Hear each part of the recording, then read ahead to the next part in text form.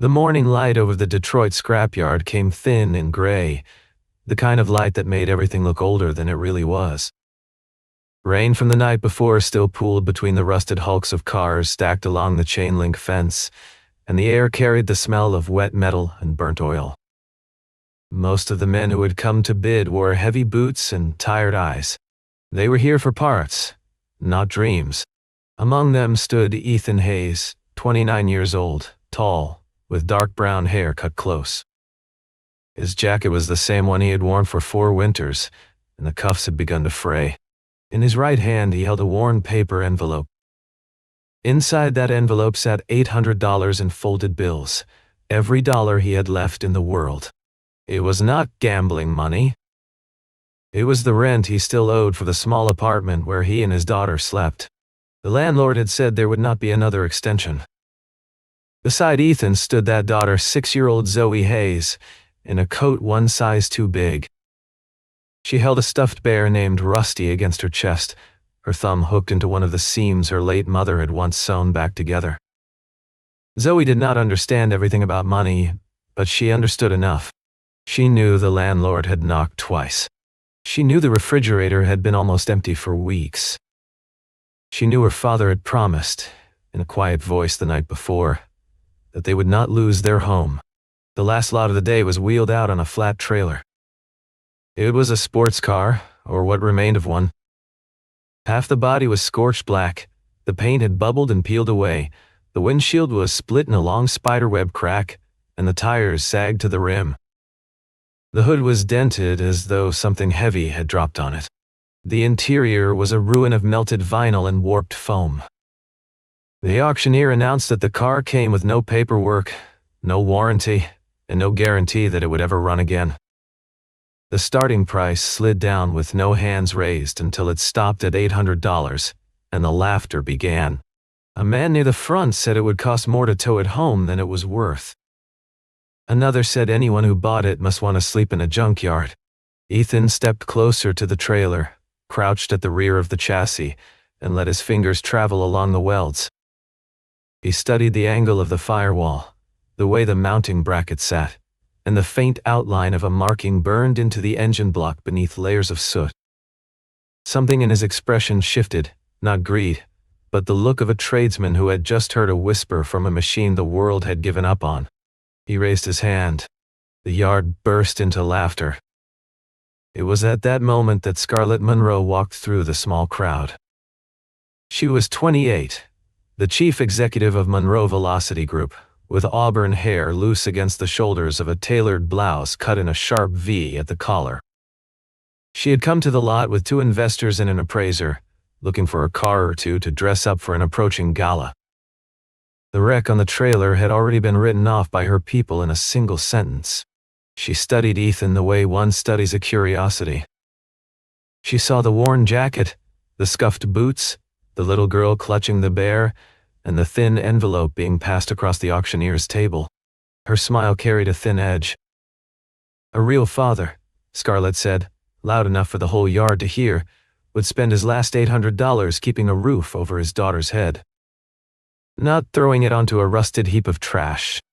Zoe lowered her face into the fur of her bear. The laughter rose around them again. Ethan did not look up. He signed the paper, took the cold key from the auctioneer's hand, and led his daughter quietly toward the gate. But what Scarlett did not yet know was that Ethan had not just bought a piece of trash.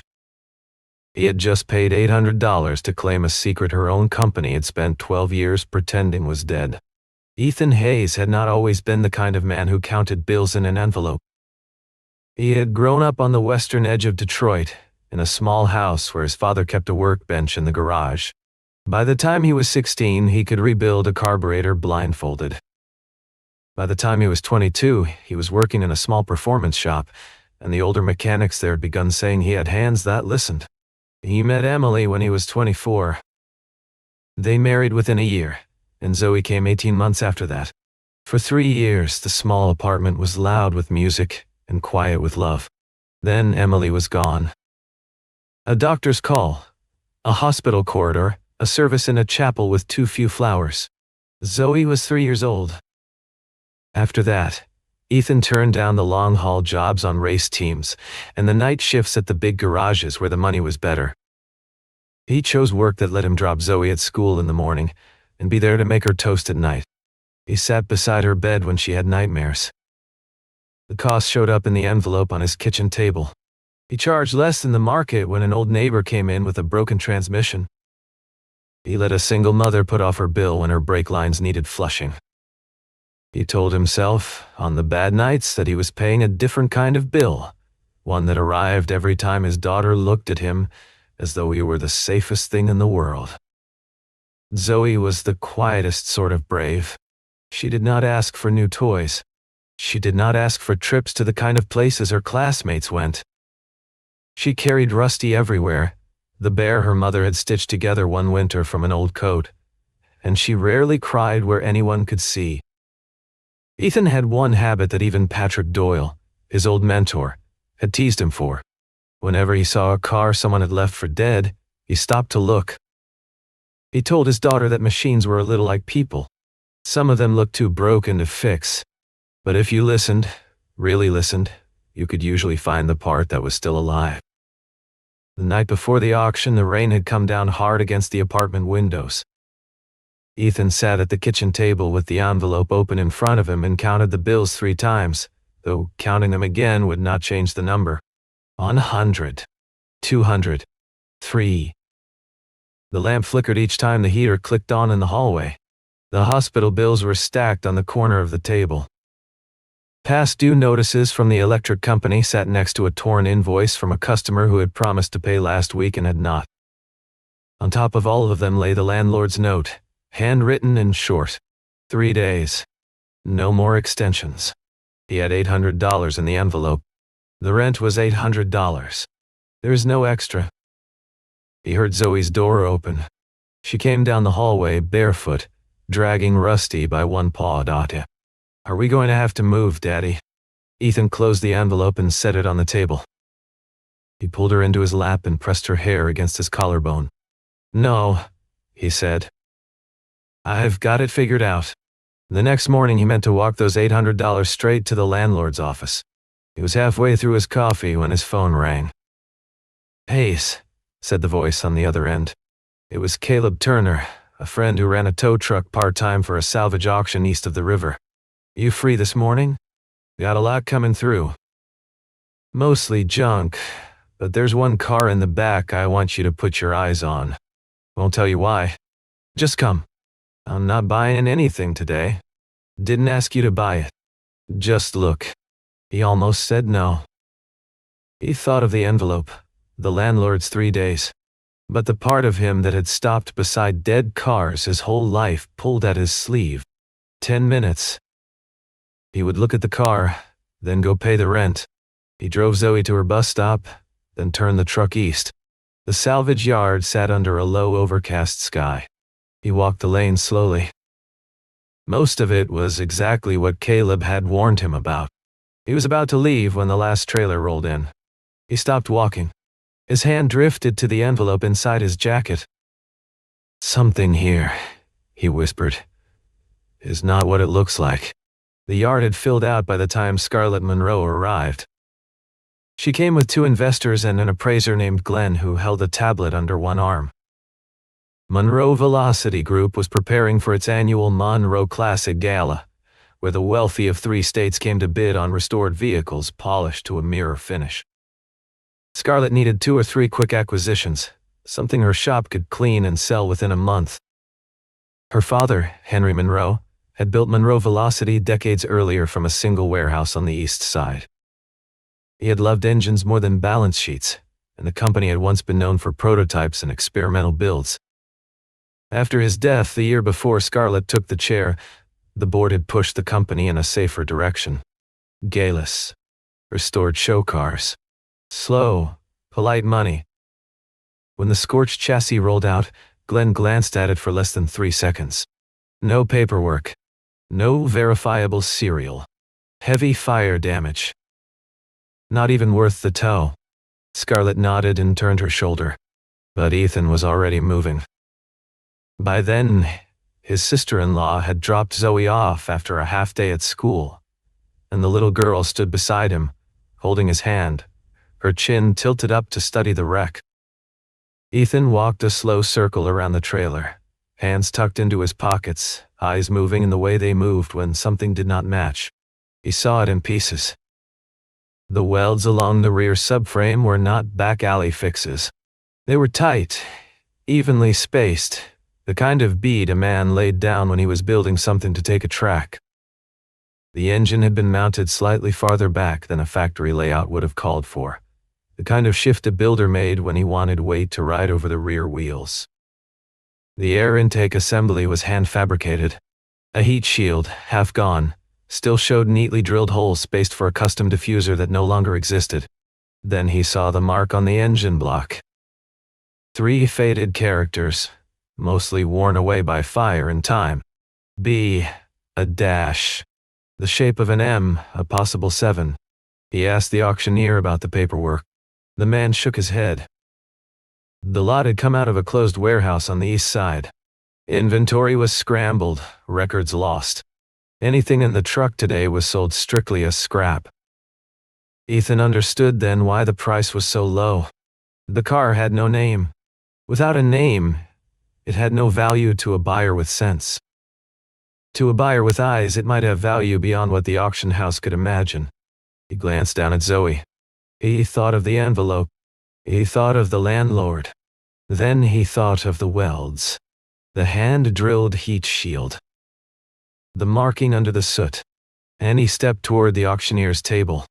The auctioneer started the bidding at 400. No hands. He dropped it to 300, 200, 100. Still nothing. All right, he said. We'll list it at 800. Take it or leave it. Going once. Ethan raised his hand. The yard fell quiet for a second. Then, someone laughed. Then someone else. Within a few seconds, the laughter had spread across the gravel lot. He actually wants it. 800 for that? Zoe tugged the sleeve of Ethan's jacket. She looked up at him with eyes that already knew. Daddy, that's the rent, isn't it? The question landed harder than any of the laughter. Ethan crouched down to her level. He laid both hands on her shoulders and met her eyes the way he had met them on the worst night of their lives, when he had told her, 3 years earlier, that her mother was not coming home. I know, he said. I know what's in this envelope, and I'm sorry you're scared. I see something in that car. If I'm wrong, I will fix it. I will work 3 jobs if I have to. But if I'm right, this is the thing that gets us back on our feet. Zoe did not answer. She wrapped both arms around Rusty and pressed her forehead against her father's shoulder. Scarlett Monroe had stopped on her way toward her car. She had heard the whole exchange. To her, it confirmed every assumption she had already made. She stepped closer. You are about to spend your last $800 on a rusted heap, she said, her voice pitched to be heard. If this is how you father, that little girl deserves more sympathy than the car does. The yard quieted. A few of the laughs faltered. Even some of the rougher men in the crowd looked uncomfortable. The line had been cruel. Zoe's fingers turned white where they clutched the bear. Ethan stood up slowly. He did not raise his voice. He did not argue. He looked at Scarlett the way a man looks at a thunderstorm that is going to pass whether he yells at it or not. Then he turned to the auctioneer. I'll take it. He signed the slip with a steady hand. He counted out the bills, every one of them, and slid the envelope across the table. The clerk handed back a brass key on a ring of bent wire. Caleb Turner brought his tow truck around and hooked the wreck to the boom. Ethan helped Zoe climb up into the cab.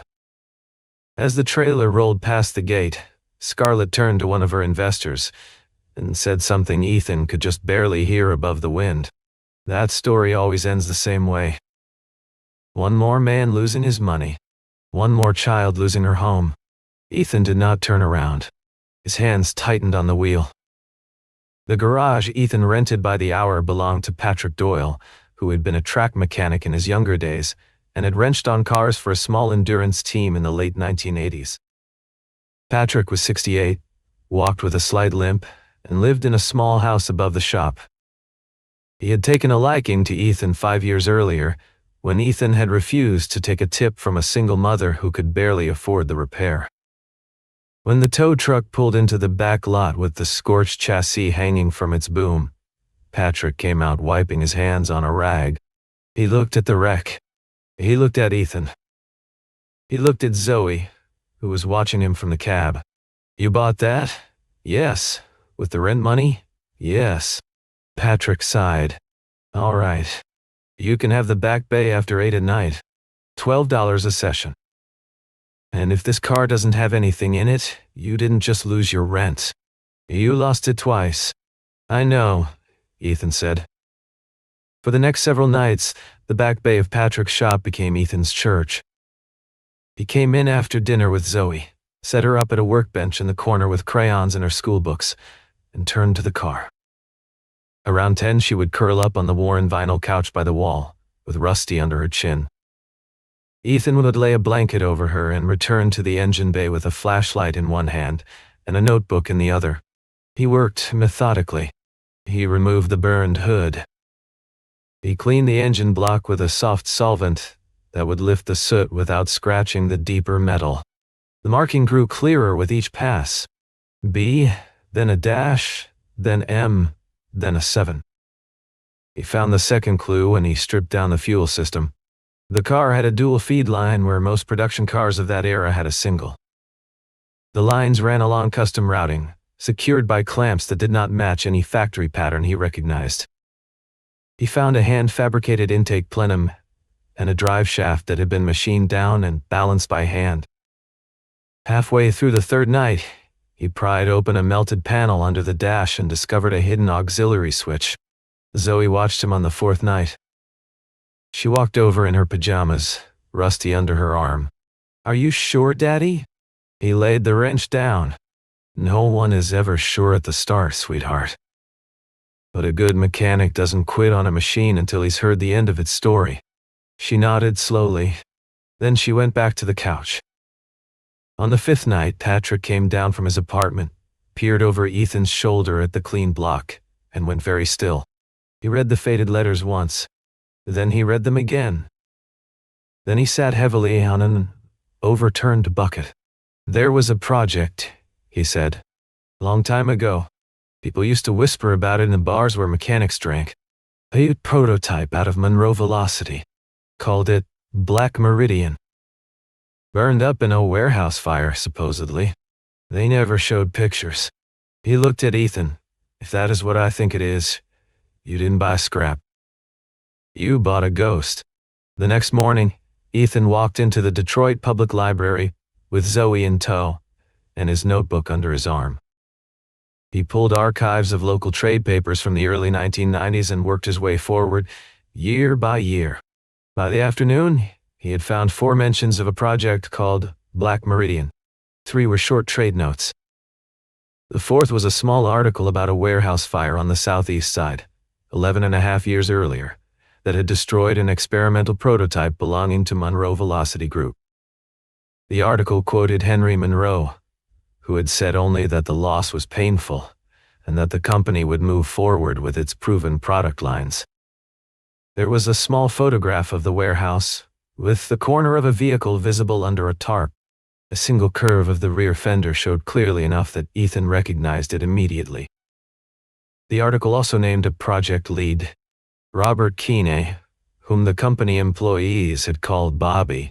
The article noted that Keene had since left the industry following the failure. 2 later trade notes suggested his fuel system design had contributed to the loss. After that, his name did not appear again. That night, after Zoe had gone to sleep on the couch in the shop, Ethan laid the copies across the workbench and went back to the fuel system. He pulled the auxiliary regulator from its mount and laid it on the bench under the work light. What he saw shifted his understanding of the entire story. The fuel system had not been badly designed. It had been remarkably advanced. The routing carried fuel through a variable pressure auxiliary regulator that would not become common in performance cars for another decade. The components were well made. The routing was elegant. But one part was wrong. The auxiliary regulator itself was not the right model. The number stamped on its body did not match the family of regulators an engineer like Keene would have designed for. It was a cheaper part, with a known failure pattern under heat. Someone, somewhere between the build of the prototype and the night of the fire, had swapped it. The fire might not have been an accident of bad design. It might have been the consequence of a single substituted component. Bobby Keene might have lost his career, his reputation, and what remained of his last years for a failure that had not, in any meaningful sense, been his. In her office across town, Scarlett Monroe was having a difficult day. Her assistant had brought her word that a man who had bought a wreck at a salvage auction was asking questions about Black Meridian. She had laughed at first. Black Meridian was something she had heard about once from her father, in a tone that had told her not to ask twice. By the end of the day, she had stopped laughing. She asked who the man was. She was told that his name was Ethan Hayes, a freelance mechanic raising a daughter alone, behind on rent. The next morning, that picture grew more complicated. A private collector named Jonathan Reed came to Patrick's shop unannounced.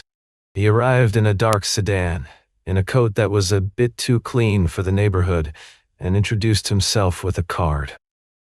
He told Ethan he had heard, through friends in the trade, that an interesting build had recently come out of a salvage lot. He spent only a few minutes looking at the car. He did not lean down to inspect the welds. He did not ask for a diagram. He simply circled the chassis once, ran a gloved hand along the rear quarter, and turned to Ethan with the calm of a man closing a deal. $50,000, Reed said. In cash. As is. No paperwork. No questions. Zoe, who had been sitting on a stool reading, lifted her head. Ethan felt every nerve in his body tighten. $50,000 was enough to pay off the rent, put a deposit on a better apartment, replace the broken transmission on his work truck, and set up a small savings account for Zoe's school. But a real buyer of a wreck did not lead with $50,000. A real buyer haggled. A real buyer wanted papers. Reed had walked in already knowing what the car was and was trying to leave with it before anyone else found out. Ethan thanked him and declined. Reed raised his offer to $75,000. Ethan declined that too. Reed left without showing any anger. That, more than anything, told Ethan how serious his guess had been. The next afternoon, an embossed envelope arrived at Patrick's shop. Inside was an invitation to the Monroe Classic Gala, hand-signed by Scarlett Monroe. The note attached was brief and polite. It informed Mr. Hayes that, in the spirit of celebrating overlooked builds, Monroe Velocity Group would be pleased to present his recent acquisition to the gala's invited guests, including industry experts, restoration specialists, and members of the automotive press. Patrick read the note over Ethan's shoulder and laughed without humor. You realize what this is. She wants you in a room she controls. If you fail there, in front of her people, the story dies. Nobody believes a man who couldn't even get the engine to turn. I know, Ethan said. You aren't ready. The fuel system isn't tuned. The wiring is half temporary. If she pushes you to start it on stage, you might not get a single firing cycle. I know that too. Then why? Ethan looked at the car. Because if I wait until I am ready, she'll get the car. Or Reed will. Either through lawyers or through paperwork I can't fight. My only chance to keep this car and tell the truth is to do it in a room where there are too many witnesses for anyone to bury what they see. Patrick said nothing for a long time. Then he wiped his hands on the rag he always carried and got back under the hood. The night before the gala, Ethan and Patrick worked until 2 in the morning. They cleaned spark plugs. They tested fuel pressure. They wrapped damaged wires in fresh tape. They jury-rigged a cooling loop. Zoe slept on the couch with Rusty against her cheek. Ethan stood once in the doorway to watch her breathing, then went back to the bay. He whispered, more to himself than to her, I know you're scared. So am I. But I am not letting them call the truth garbage one more time. The Monroe Classic Gala was held in a renovated industrial hall just south of downtown, all polished concrete and chandelier light. Restored coupes glittered along the inside walls, each on a small raised platform with a brass placard. The guests wore evening clothes and moved between the cars in slow, admiring loops. In the middle of all of it sat Ethan's wreck, hauled in on its own platform near the rear of the room. The scorched paint had not been touched. The dented hood had not been hammered. The cracked windshield had not been replaced. That was Ethan's choice. He had wanted the room to see what the car had been on the morning he bought it, so that there would be no confusion later about what kind of object he was claiming. Scarlett took the small stage shortly after 8. She wore a long, deep navy dress cut in a sharp V at the neckline, with her auburn hair loose. She spoke gracefully about her father's legacy, about the importance of craftsmanship. Then she paused, and her smile turned smooth. "And tonight," she said, "we also have a guest who believes that sometimes history may be found in a scrapyard." The room laughed politely. Ethan stepped forward with Zoe at his side. He brought her only as far as the front row, where Patrick took her hand. Then he walked alone to the platform. He did not give a speech. He opened the hood. He bent over the engine and tried to start it. The starter motor whined. The fuel pump clicked. The engine coughed, then died. A murmur ran through the room. Ethan turned the key again. The same dry cough. Nothing. An investor near the back said, loud enough to carry, "Are we watching a circus act?" A few people laughed, more uncomfortably this time. Scarlett walked closer, her heels precise on the concrete floor. "You had your chance to sell it for money. You said no. And now your daughter has to watch this." Zoe's grip tightened on Rusty until her knuckles went white. Ethan did not answer. The pressure gauge he had clipped to the auxiliary line was sliding the wrong way. He understood immediately. The auxiliary regulator he had rebuilt was sticking, the same failure pattern that had likely doomed the original. He needed a thin shim. He looked through his tray. The shim he wanted was not there. A small voice spoke at his elbow. "Daddy." He turned. Zoe had stepped up onto the edge of the platform without being told. She held out the small metal clip she had pulled from inside Rusty's ear, the clip her mother had once used to repair the bear on a winter evening years before. It was thin and rectangular, and shaped almost exactly like the tool Ethan needed. "This is thin," Zoe said. "Will it work?" Ethan looked at her. He looked at the clip. His eyes went hot. He nodded once. Patrick, from below the platform, whispered, "You only get one try, son." Ethan asked the crowd to step back. Scarlett moved as if to stop him, citing safety, but at that moment, an older man pushed through the front row. He was perhaps 62, with steel gray hair and a navy blazer, and his eyes were locked on the engine bay. His name was Daniel Mercer, and he had been on the gala's selection committee. Years ago, Daniel had spent a single summer as part of Monroe Velocity's experimental testing crew. He had not spoken of it in 2 decades. He stopped beside Ethan and stared at the auxiliary regulator. His face lost its color. "Where," Daniel said, "did you learn to seat one of these by hand?" "I didn't," Ethan answered. "I traced it." Daniel's hand moved to the small steel plate Ethan had cleaned the night before, the plate that bore the marking. He read it slowly. BM-07, he murmured. "Keen prototype fuel system." Ethan slid the metal clip from Rusty's ear into the regulator housing. He worked it carefully, breath shallow. He felt the small mechanism give, the way a door gives when the right key finally turns. He set the clip aside, climbed into the driver's seat, and laid both hands on the wheel for a moment as he had laid his hands on his daughter's shoulders 3 days earlier. He turned the key. The fuel pump hummed. The starter took hold. The engine drew in a deep, slow breath, like a man waking from a long sleep, and then it sang. The sound was nothing like the rattle of an old motor or the snarl of a tuner build. It was a low, even controlled growl, the throat of a machine that had been engineered to outrun other machines on long, hard tracks. The concrete floor of the hall vibrated under the soles of 300 pairs of evening shoes. The laughter died. The murmur died. Even the bartenders behind their counters at the far end of the room set down their towels. Daniel Mercer turned to the crowd. His voice was no longer dry.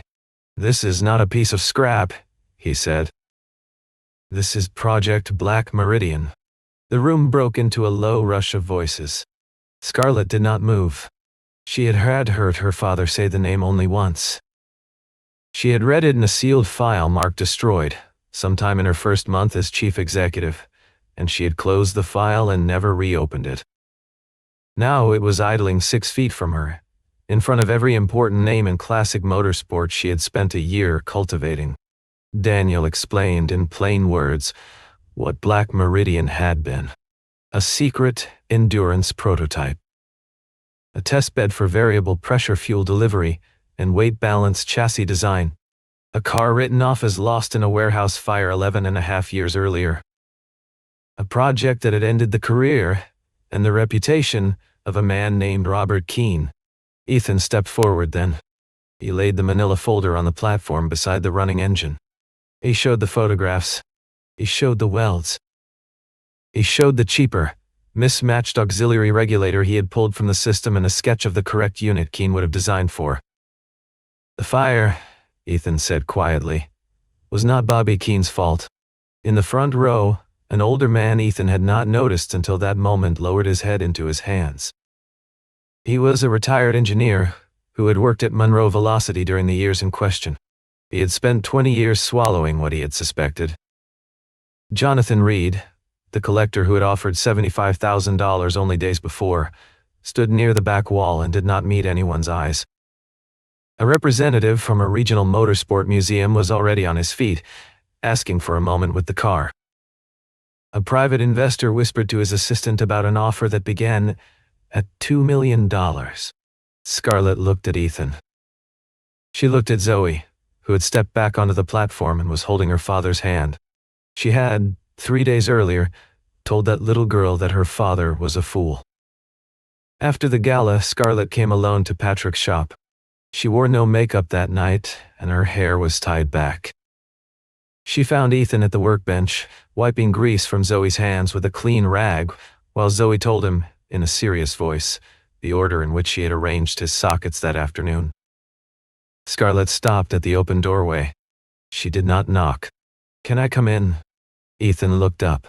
"You can stand there." She stood. She did not argue. "I owe you an apology. You don't owe me one. You owe my daughter one." You stood in front of her, twice, and told her that her father was a fool. That sticks to a child long after the room forgets. Scarlett was quiet for a long moment. Then she walked to Zoe and crouched in her dress, her knees on the dusty concrete, and met the little girl at eye level. "I was wrong about your father," she said. "I was very wrong. I'm sorry." Zoe looked at her for a moment. She did not answer. She looked at Ethan instead. He nodded gently. Then Zoe turned back to Scarlett. "My daddy listens to broken things," she said. Scarlett swallowed. She rose and turned to Ethan. She offered, on behalf of Monroe Velocity Group, an immediate purchase of the car. The number was generous. It would have ended every worry he had ever had about rent. Ethan let her finish. Then he shook his head. "Not a sale," he said. "A partnership. And I have 3 conditions." He laid them down plainly. The first was that Zoe would have stable housing and a fully funded education account, structured through a proper legal instrument, not as charity but as compensation, since he was the one who had identified and recovered the prototype. The second was that the name of Robert Keane was to be formally cleared. The company would publish, in writing, a corrected history of the project, stating that the failure had not been due to his design. The third was that the car would be restored to running condition, not to gleaming display, and would be driven on a track, at a public event. The car had been built to run. It deserved the chance. Scarlett listened to each condition. She did not negotiate. She accepted all 3. 6 months later, at a vintage motorsport event on the West Coast, Black Meridian rolled onto the grid. Ethan had kept some of the scorch marks deliberately, faint shadows along the rear quarter, the way a man kept a scar that had cost him something. The engine had been fully rebuilt.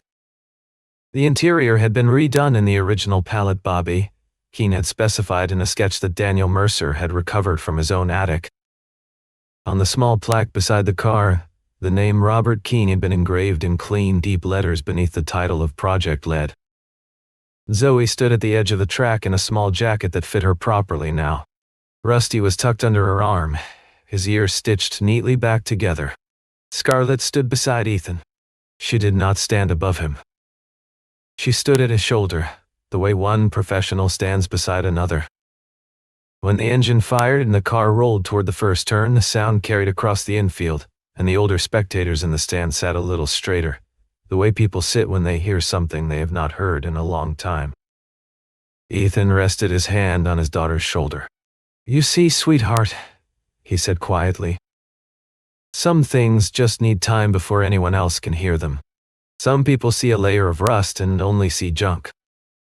But the ones who have lost everything tend to know, better than most, that the things the world leaves behind the longest are sometimes still holding the strongest secrets of all."